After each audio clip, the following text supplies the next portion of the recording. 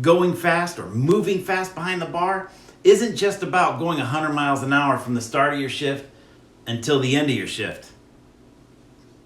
You have to know when to kick that mentality in. You have to know you're about to fall behind. You have to know that if you don't kick it into high gear, what's going to happen. The term they use, or the term we call, is in the weeds. And that's a term for moments when a bartender or server is at their busiest and they start to fall behind, or they recognize that pattern of when they will fall behind. And when you get in the weeds, you gotta know that's when you have to shift from cruise control to high-speed chase.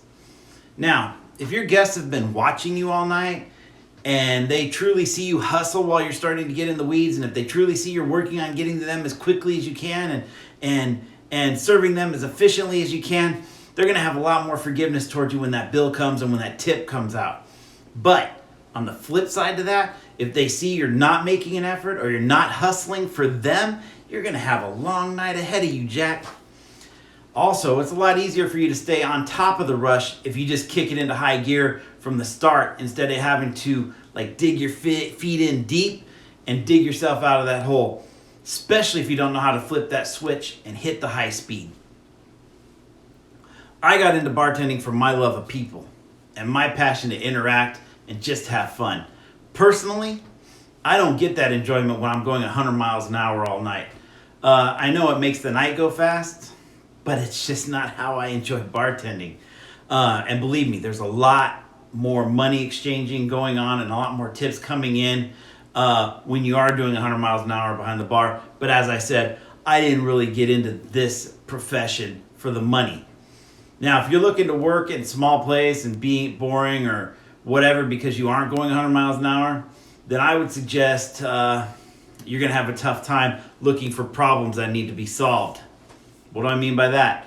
Well, when you're working in a place where there are lulls, it gives you a chance to figure out how to improve on things in the bar. Like, you could be improving on the cleanliness.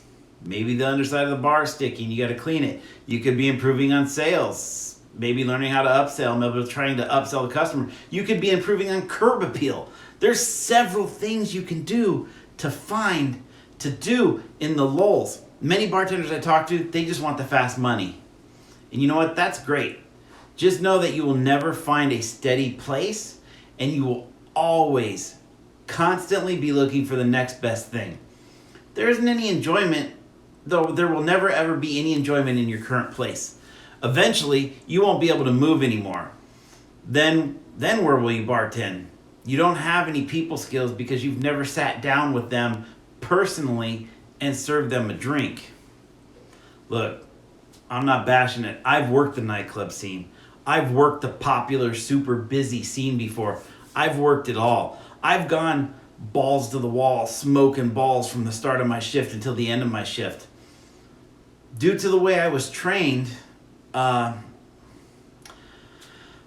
able to meet the challenges and meet the challenges head on quickly and efficiently, but it's just not my thing. Here's what happened when I worked for them. When I went home, yeah, you know what? I had a pocket full of money, many times close to $1,000 a night, but I also went home stressed out, worn out, and I slept pretty much the whole next day because my body was beat.